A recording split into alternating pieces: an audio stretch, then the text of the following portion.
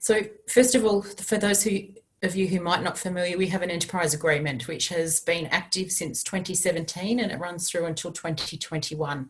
This agreement, which is made on behalf of the university and all staff members, outlines terms and conditions of employment at the university. And this information session is to provide you with some details about the proposal to vary the agreement by deferring the 2% pay increase, which is scheduled in July 2020 and July 2021, and to answer any questions that you might have. So over the course of the lifetime of the agreement, we've had 5 scheduled pay increases.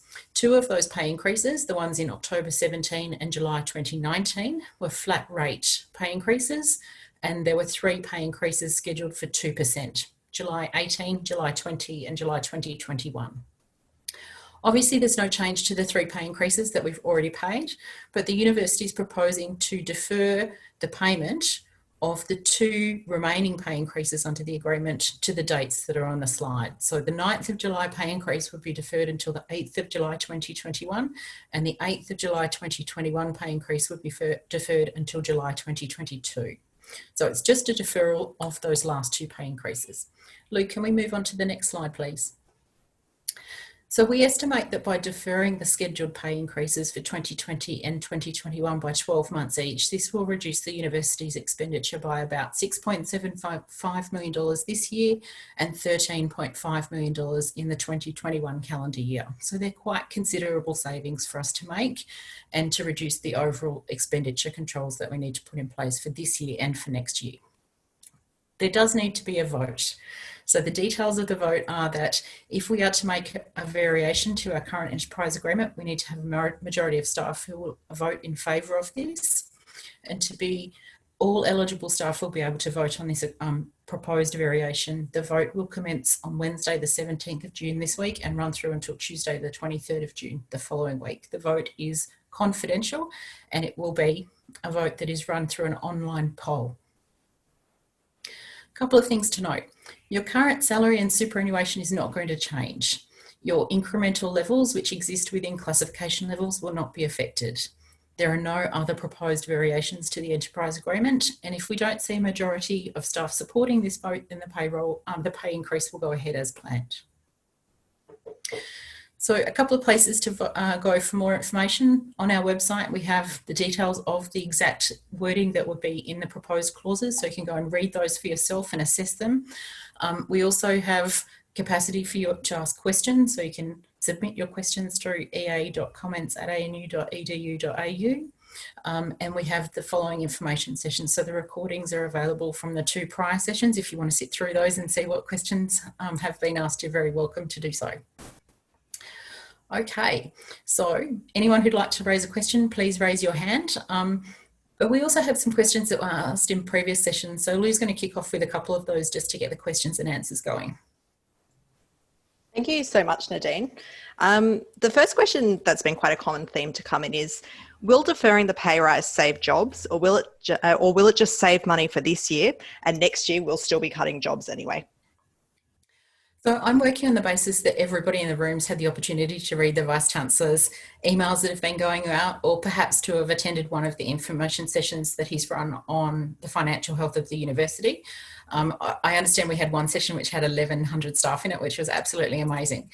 So from those emails, you'll understand that the university largely needs to save $100 million this year and $150 million next year. So the more money that we can contribute to that through not travelling or deferring the pay increase means that the more jobs we will be able to save. So every little bit helps. Last week we did some calculations within my division about how much paper we'd saved by working from home since the end of March, and how many trees. It started as a discussion about how many trees we've saved, but it does mean that we will probably disinvest from using a lot of paper for the remainder of the year, because all of those costs will help us contribute to savings across the university.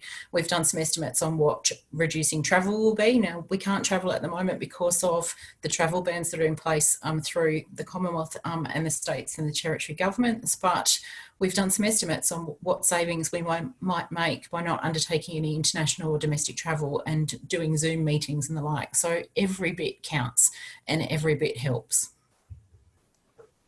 Thanks, Nadine. Based on the numbers you provided, Can you estimate the number of jobs ANU will be able to save if we defer the pay rise? Look, it's a complicated estimation, so I can't tell you exactly how many jobs that will be. Assuming that we do defer the pay increase, then that will contribute to the overall savings of the university. Each of the colleges and the divisions and the research schools have also been asked to estimate how they might be able to contribute to savings across the university. So we need all of that information before we can actually estimate where we're up to in terms of the savings for the remainder of this year and also for next year. And everybody across the university receives different salaries. So estimating jobs is a little bit difficult to do in terms of, well, if we defer the pay increase for the remainder of this year, it's difficult to put a number on it. It's actually what we need to do this year is save $100 million. If the variation is approved by staff, where do the savings actually go? Will savings be shared across the colleges and service portfolios? Yep. So if we defer the pay increase, what we'll do is those savings will actually go towards the $100 million this year, and that'll come off the top of the $100 million. And then each of the colleges and divisions will then have obviously a lower amount of money that they need to find and save. So each area will have different ways of being able to do that, whether it's reducing travel expenditure, whether it's saving paper arrangements, whatever it might be, by not running programs or trying to change the way that they do things, they will then need to consider what those savings might be. But we will evenly distribute that across the colleges and also the divisions. You said that the vote will be confidential, but will you be able to see a breakdown of results across different parts of ANU? For example, where the vote was favoured by professional academic staff. And if you can see those kinds of breakdowns and you see a trend emerging where, say, professional staff or academics are more willing to delay the increase than others, are they going to be rewarded under the next enterprise agreement? We don't break the data down in that way. It's just a majority vote or not. And we would never use that data to reward people or not, because that would be completely unfair. Will my superannuation be affected by the changes? Not at all. So your current salary and your superannuation will continue to operate as they are right now. So there's no changes to those at all. If the vote doesn't go through, what other options is ANU exploring? ANU is exploring all options. We've had over 200 suggestions that have been sent to the Vice-Chancellor. Now, some of those are fantastic solutions. Some of those are a little bit complicated. Some of them might take a couple of years to show benefit. But we're looking at everything from energy savings, maintenance savings. As I said, we're looking at paper savings. We're looking at how we do things differently. And we will do absolutely everything that we possibly can before we start to look at staff cuts. But if we have to look at staff cuts, then we will do so. Okay, with that in mind then, if you said that you will potentially still have to consider job cuts if we don't meet the required savings, why aren't we looking at cutting permanent or tenured staff, some of whom don't make as valuable a contribution as fixed term or casuals who provide essential work to the university? Basically, are we going to say that we're going to cut talent before we cut tenure? I haven't said who will cut or what will cut or when will cut. I haven't said any of those things. What I have said is that we will look at staff cuts as the absolute last resort. We want to do everything that we possibly can do before going there. So I make no comment on that at all at this point in time. There may be some people who are interested in departing the university. For instance, everybody I think who's been here for a wee while knows that we've run some retirement schemes before. So we will look at everything that we possibly can do before we go there. That leads actually quite nicely onto the next couple of questions that have come through. Just around, are you considering voluntary separation packages or early retirement schemes? And if you are, when are you going to be able to tell staff about them? As I said, we're considering everything. So yes, we will look at that. We do have to be mindful of some of our other guiding principles and objectives and strategic directions though. So when we look at those data sets, we obviously look at them also in terms of our gender equity arrangements. And we want to make sure that we're looking at that data well. Voluntary early retirement schemes only apply to people over a particular age bracket. And as you can imagine, it doesn't always fall neatly in terms of where staff within those age brackets sit across the university. So some colleges and divisions may be able to look at their numbers and say, look, we could make savings if we ran a voluntary early retirement scheme.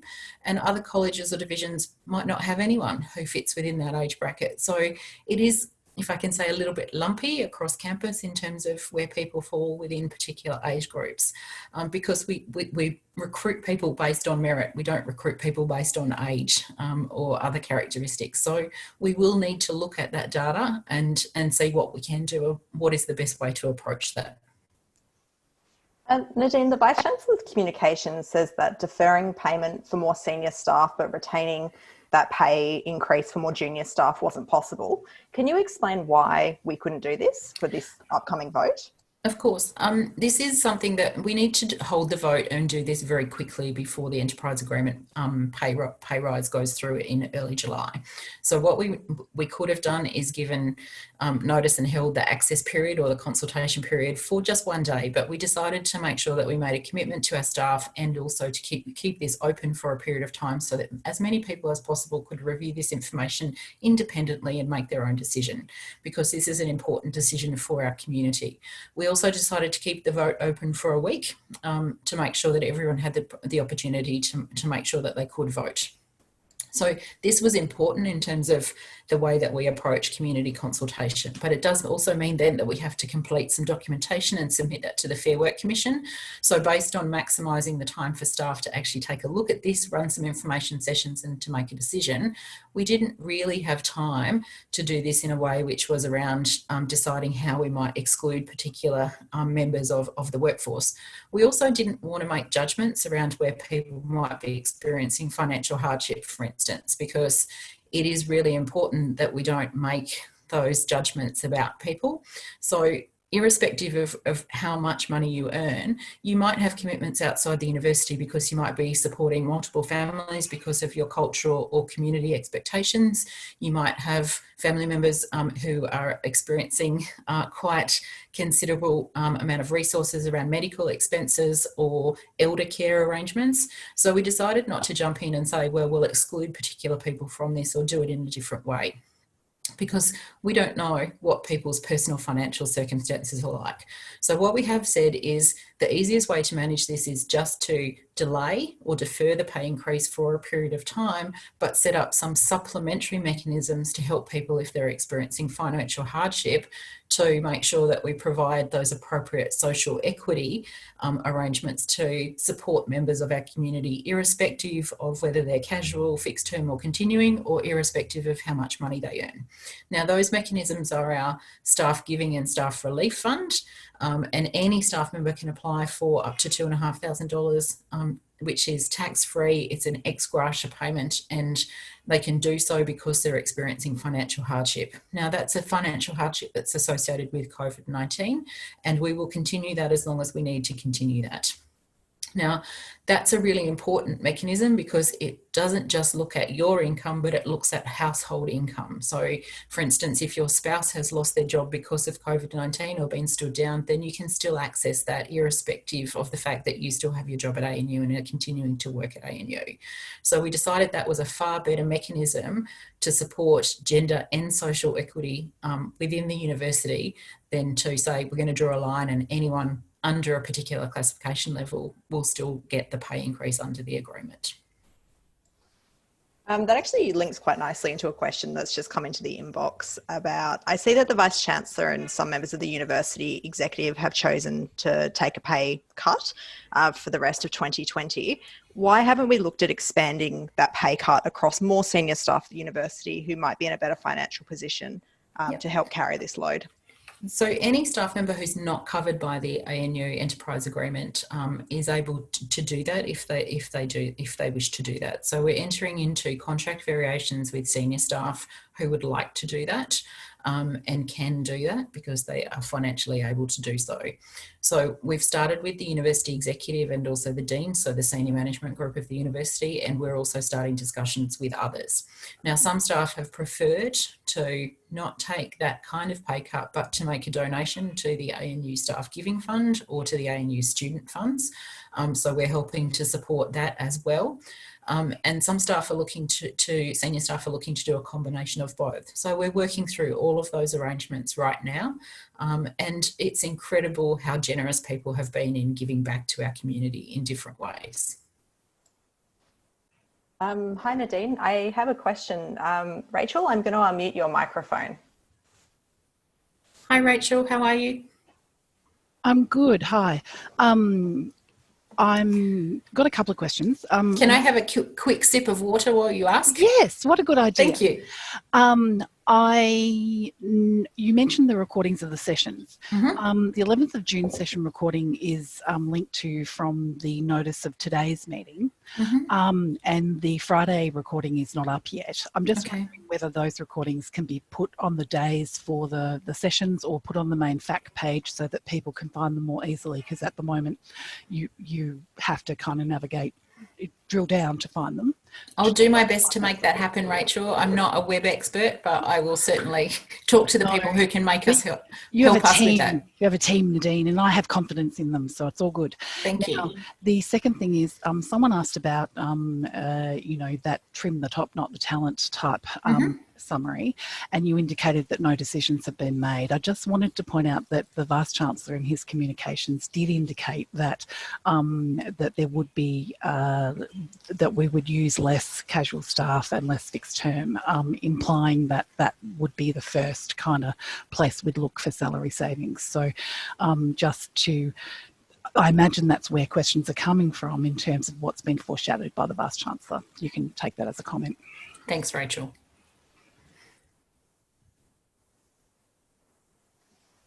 Okay, Lou, do we have anyone else who's raised their hand for a question, or would you like to kick on with some of the questions that have been asked in other sessions? I can keep kicking on with other questions that have come in.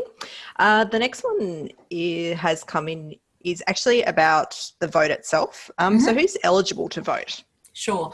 So all of the staff who are covered by the enterprise agreement is obviously the first thing. So the university's leadership is not covered by the enterprise agreement, so they're not eligible to vote. And we have staff who work alongside us on campus who are our cleaning and security staff who are not actually ANU employees. So they're provided through contractors, so they're not eligible to vote either. We have odd contractors around campus for things like auditing and also some IT that are independent contractors, so they're not eligible to vote. So it's largely continuing fixed term and some casual staff. So to be casual and eligible to vote, you need to have been paid in and around the date of what's called the access period, which is where we are right now. So the consultation period and also the time of the vote. So roughly that means the period of time before and so the pay period before and the pay period after the vote. So that's largely who can vote, and you will get an email if you are eligible to vote, and that email will be distributed and it will have a link to the polling page where you can vote yes or no. Thanks, Nadine. The next question that's come in is, you mentioned that you need a majority of staff to vote yes for this variation to be made. What is actually 51% of the total eligible staff? Is it 51% of the people who are employed by ANU and are eligible to vote, or is it 51% of people who actually vote? It's 51% of people who vote, because it's not a mandatory voting requirement, but we do encourage people to come out and vote for this because we do really want to hear from the university community about what their preferences are on this. So it's really important that you do vote. What about people who are currently on long service leave, annual leave or personal leave? Can they still vote? Absolutely. So you will be on leave, but you'll still get the email that will come out to indicate that the voting period has started and take you through to the link. So please do vote. But if you are on leave, I am encouraging you to not do any other work while you're on leave, but you still can vote if you're on leave. That's perfectly reasonable to do, but please make sure that you take the rest of the time as a break, because having a break is really important. We've just got someone with their hand raised. Severo, I'm just going to unmute your microphone. Hi there. Severo? Oh, hold on. Can you hear me now? Yes, I can. Thank you. Yes. Thanks, Nadine, and everyone for hosting this session. In recent days, there's been a few comments in the media about the prospect of allowing international students coming back in, and it sounds a bit like ACT might be one of the places that's going to happen. So I'm wondering how that will impact the need for freezing the salary increase. How much do we know about the looming return of students, international students to campus? Well, it's a good question, and I think the media has indicated that the ACT will be one of the participants of the pilot around that. So I think that's fantastic for ANU and the University of Canberra and all the universities that operate within Canberra. So we would be very pleased to participate in that. However, we don't necessarily know the full impact of that yet for this year or for next year, and we might not know until roughly September or whenever our census date is for semester 2. So it's a bit of an unknown for us. What I think we can with confidence say is that it might contribute to a reduction in the 100 million savings that we need to find for this year. But can I quantify that at this point in time? Maybe not. Can our CFO and the finance team quantify that? To the full extent at this point, probably not, although they can make some good guesses. But it doesn't necessarily mean that we shouldn't have this discussion or take this vote at this point in time, because as I said, every contribution that we can make to reducing that overall savings for this year is really important. And if it turns out that it's not $100 million that we need to save, but it's maybe 80 or 75 or even 70, then that is fantastic. But it also means that we just need to focus on what we can do to contribute to meeting whatever that savings target is for this year. Hi Nadine, I've got a question that's just come into the inbox. Thanks, Lou. I have seen the NTEU email. What consultation did ANU do before putting this pay rise deferral on the table to staff? Sure. So we've been talking to the NTU throughout this process. So you would have seen that there was an attempt by many universities to negotiate nationally with the NTU for what's called a job protections framework. So we were involved in those discussions and also involved in discussions with the NTU around that. Now, those discussions actually ended up falling over, so we didn't participate in that job protections framework. But the university's been very open with the NTU and said, look, this is something that we need to do right now in terms of this vote. And we did talk to the NTU before we launched that. But we're also really keen to talk to the ANU community as well as the NTU about any further ideas that anyone has in terms of savings mechanisms, because as I said at the beginning, the Vice-Chancellor's received about 200 suggestions already, and some of those are fantastic. And if we can use some of those, and we're exploring some of those and costing some of those right now, then that's really important. And we want the NTU to be active participants in that. This is actually quite a nice follow-up question to your response. I saw that ANU didn't participate in the job protections framework from the NTEU nationally. What protections does the ANU have in place for staff? So we have an enterprise agreement and it's got job security protections in it already. So your jobs are very well protected on campus, and that applies to all staff covered by the enterprise agreement. So we have a very significant job protection framework in place already. So while we were involved in the discussion for the National Job Protections Framework that was being proposed by some universities and the NTU, we were assessing that to determine whether it was something that would be required by the ANU. Now, some of the components of that we thought were unnecessarily harsh, like taking pay cuts and those sorts of things. And we weren't that keen to progress those types of things because we didn't think that they were necessary. And we thought we could also actually try to do things in a slightly different way and be a little bit more innovative in the options that we could come up with for saving money. And that's where we're saying to staff, please send your submissions through. And all of the details are available on the VC site around the financial health of the university for you to submit something. If you can't find it, I know Rachel just said it's a little bit hard to navigate the website sometimes. So if you send those to ea.comments@anu.edu.au, we're happy to include those comments or suggestions for cost savings into those provisions. And as I said, we've had some wonderful suggestions already. So thank you to everyone for generating their ideas. The next question that's come through the inbox is, why doesn't ANU provide fixed term or permanent roles to casual staff? I have been a casual teaching staff member for more than 10 years and I don't have the same entitlements as my colleagues in my college. So it's really important to know that casual staff actually receive a considerable loading in lieu of some of the entitlements that some staff do.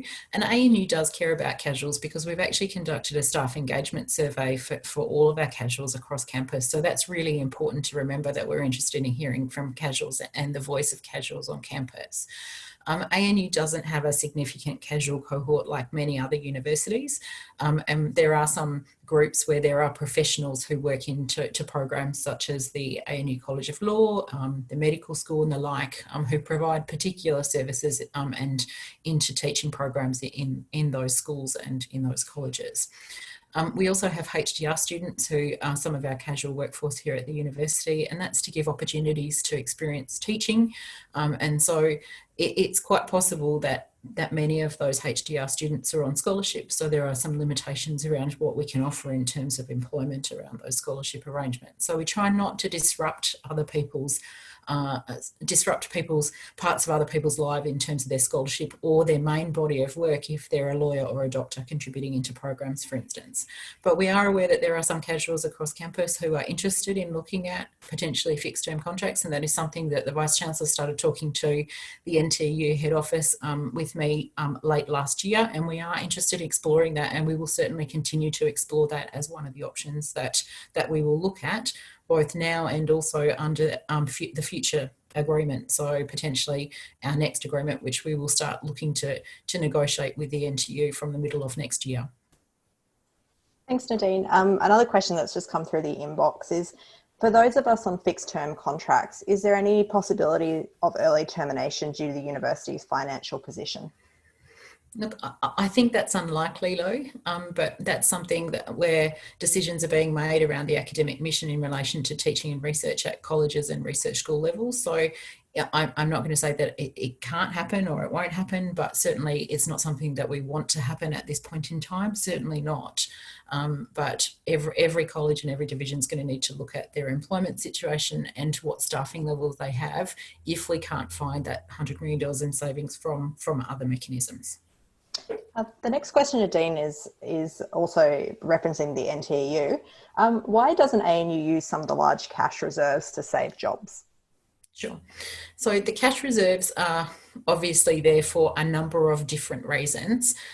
Every business, every organisation needs to have some cash reserves to continue to pay its staff and pay its bills. We can't just have a zero balance in our accounts because money doesn't come into the university every fortnight. It comes in patchy arrangements. So it comes in at different times throughout the year from government and other sources. So that's important that we have that money on hand to be able to pay people. Otherwise, we will be insolvent.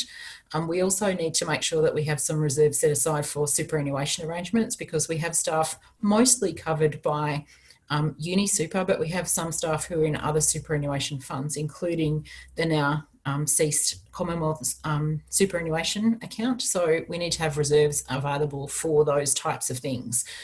So it's important to understand that those cash reserves could be linked to endowments or other arrangements. So have arrangements around them that they can only be spent in certain periods of time and for certain criteria under those endowments. So those reserves are generally allocated for specific things, including payment of salaries as we roll through each fortnightly pay run. Thanks, Nadine. Sorry, I'm just opening the next email that's just popped up. Okay. This is a good one for you, Nadine. At my research school, there are several senior academics who have been on payroll, but also drawing on their pension. Is ANU considering retiring staff over the age of 70 or those who are double dipping? Lou, you just dropped out at the end of that question, so I'm assuming that the question was about whether or not we can compulsorily retire people who might be accessing an ANU salary but also taking their defined benefit pension. Yes, it is. Yes, there's no compulsory retirement arrangement within Australia, so we can't do that, but we can have active discussions with staff who are in that age bracket around why they might be doing that, and if they would be prepared to retire from the university and move to an emeritus arrangement so that they could free up the salary funding, which would allow us to reinvest in academic staff. Thanks, Nadine. This is just in reference to your PowerPoint at the start of today's forum. I don't understand why we have an $1,800 increase in some years and a 2% increase in others under our current EA. Why don't we just have a set increase or a flat increase? Why do we have the two types? So this was the first agreement where we tried the flat rate increase because we're interested in trying whether that would work. And we were a bit nervous about what some of our community would think about that and whether they would vote for it. So we decided to do 2 flat rate increases. And the reason that we did the flat rate increases was because we think it's really important to have a flat rate increase included, because it helps if you're on a lower classification, then obviously that flat rate increase is far more valuable to you because it's a higher proportion of your salary than if you're at one of the higher level classification levels. So we tried it. I think it was reasonably popular. We'll probably try it again. Will we interchange one for the other? Maybe, maybe not, but that'll be part of the bargaining round that will commence in the middle of next year. But for the entire time that I've been here, and the entire time almost everyone on this call's been here, there has been some form of annual increase, whether it's a flat rate or a percentage increase. I'm happy to hear people's views on that, because I think that both have pros, both have cons, but they're both pay increases. So I think it's really important to the community that we have those. Thanks, Nadine. The next question is, given the university is trying to defer the next pay rise, why is there an academic promotion round going forward right now? This is a really, really good question, and it was also a really tough decision. So this was something that we debated across the senior management group, including all the colleges, and we felt that we could take one of 2 decisions. We could either continue with the annual round, or we could hold it over. So a bit like the Olympics, maybe not run it this time round or hold it over for a year. And there was overwhelming support within the university executive and senior management group for it to proceed. Just in the same way that we're keeping professional staff classification reviews and reclassifications open as well, because that's the professional staff equivalent. So both are still available. It's just that with academic promotions, we have an annual round for that. An annual round for academic promotions also, the pay increase wouldn't go through until next year, because it takes quite a long time for us to work through the merit-based processes. And this would then, if we cancelled it, detrimentally potentially impact on a very small group of people. So it's often only 100 or less people that are actually promoted every year. And they've been working for many years to prepare for their application for academic promotion. So to not run around this year would potentially be unfair to that cohort of people when they've been preparing to go forward for promotion this year. And what we could potentially save from not running that round is negligible compared to what we can save by deferring the pay increase. If the majority of staff do vote to delay the pay rise and our financial position does improve, can we bring forward that delayed pay rise, or can we cancel the deferment? Yeah, so Brian's already promised to do that. And I think that's a really important thing to keep in mind. So if the financial position does improve, then he would like to bring that forward ahead of the rescheduled date. And our indication and our advice is that we might need to do another vote on that, but I can imagine that that would be voted with an overwhelming majority if we were going to do that. So yes, we will do that. Thanks, Nadine. Is there a guarantee that if a majority of people vote yes for the deferral of the pay rise, that jobs of casuals and fixed term staff specifically will be saved or protected? Again, I just lost you at the end there, but I'm assuming that the question is, will we preserve casual or fixed term jobs if the pay rise is actually deferred? Yes. It is something that we will certainly look at, and we're looking at a collection of mechanisms. So some of the other suggestions that have come in are, well, I really want to make sure that we can preserve as many casuals as possible. So, could I reduce my fraction, for instance, for a period of time to preserve casual jobs, or can I make a philanthropic donation to preserve casual jobs? All of those things are possible, and we're looking at all of those things. This isn't just a direct correlation between deferring the pay increase and saving casual jobs. We need to save $100 million this year. So it's a collection of things that are really important in terms of putting together that package of savings to make sure that we are able to save as many jobs as possible, irrespective of whether they're casual, fixed term or continuing appointments. The next question, and I'm not sure if you can answer this, Nadine, is would the ANU release the 2019 annual report or the financial snapshot, which tells us whether or not the university has a surplus?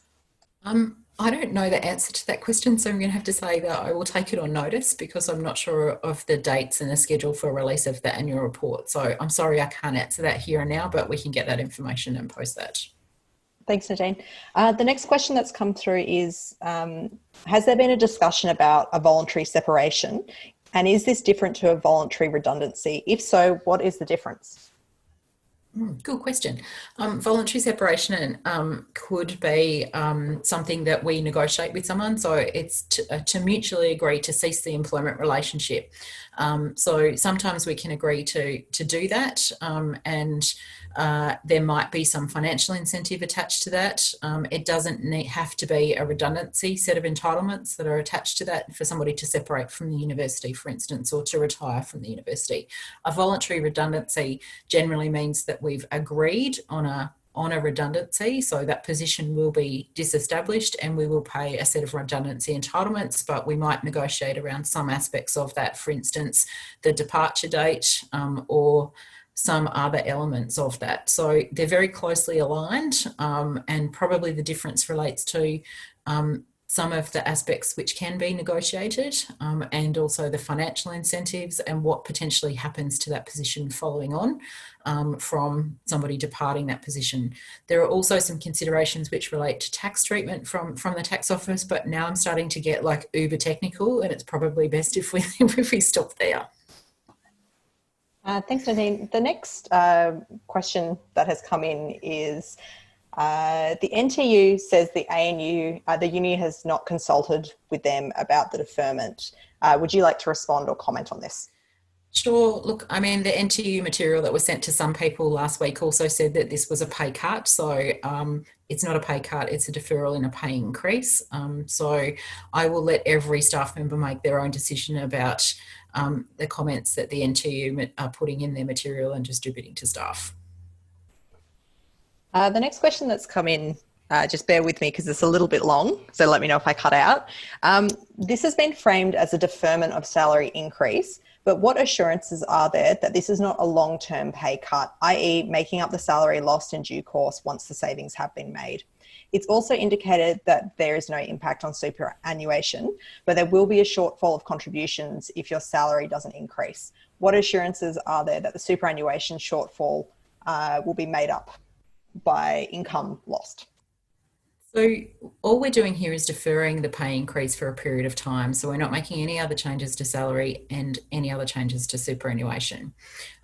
We are, instead of saying, look, over the lifetime of this agreement, which runs through until the middle of next year, we're making sure that we guarantee both of those pay increases. So we're not just reducing to one pay increase, for instance, during that period of time. So they'll both be confirmed and they'll both be paid, which is really important because that's something that we're committing to doing as a university beyond the current lifetime of that agreement. So that'll still be able to be enforced through the Fair Work Commission. So when we're guaranteeing both of those pay increases, irrespective of the timing on that. So I think that's really, really important to remember.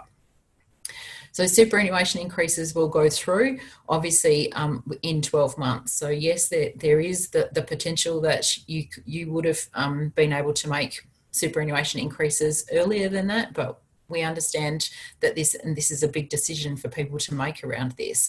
Staff can make voluntary contributions into their superannuation if they wish to do so. So there are arrangements to make sure that people aren't impacted on in terms of the longer term effects of this. But it is important to say we're actually saying that we are trying to make sure that we're guaranteeing both those increases. We're not cutting it back to one. And we also start our negotiations next year for further pay increases under the lifetime of a new agreement. So it's really important to remember that we're guaranteeing both increases. We'll start bargaining for a new agreement in the second half of next year. And if you want to pump up your superannuation contributions, you can still continue to do so.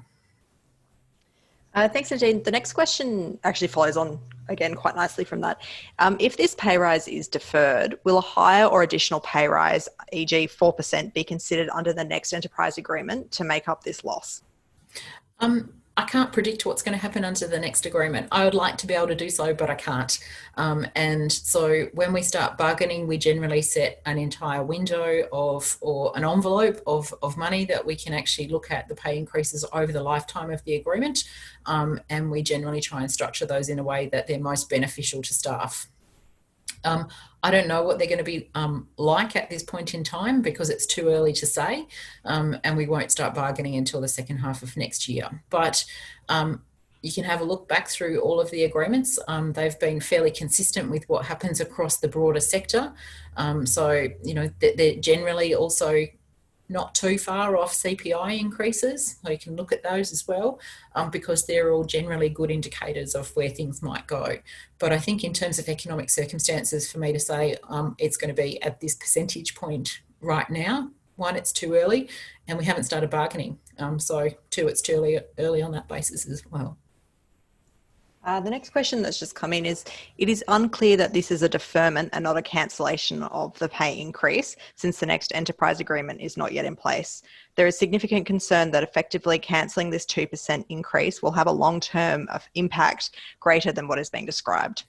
So we haven't cancelled because there are still 2 increases available. They're just moving in terms of the dates. So if we were cancelling, then there would only be 1 increase. There's not. There continue to be 2. You mentioned earlier that this vote isn't mandatory for all staff, but obviously it's a really important decision. How are you going to ensure that all staff actually vote in the ballot? I can't ensure that because it's not a compulsory vote.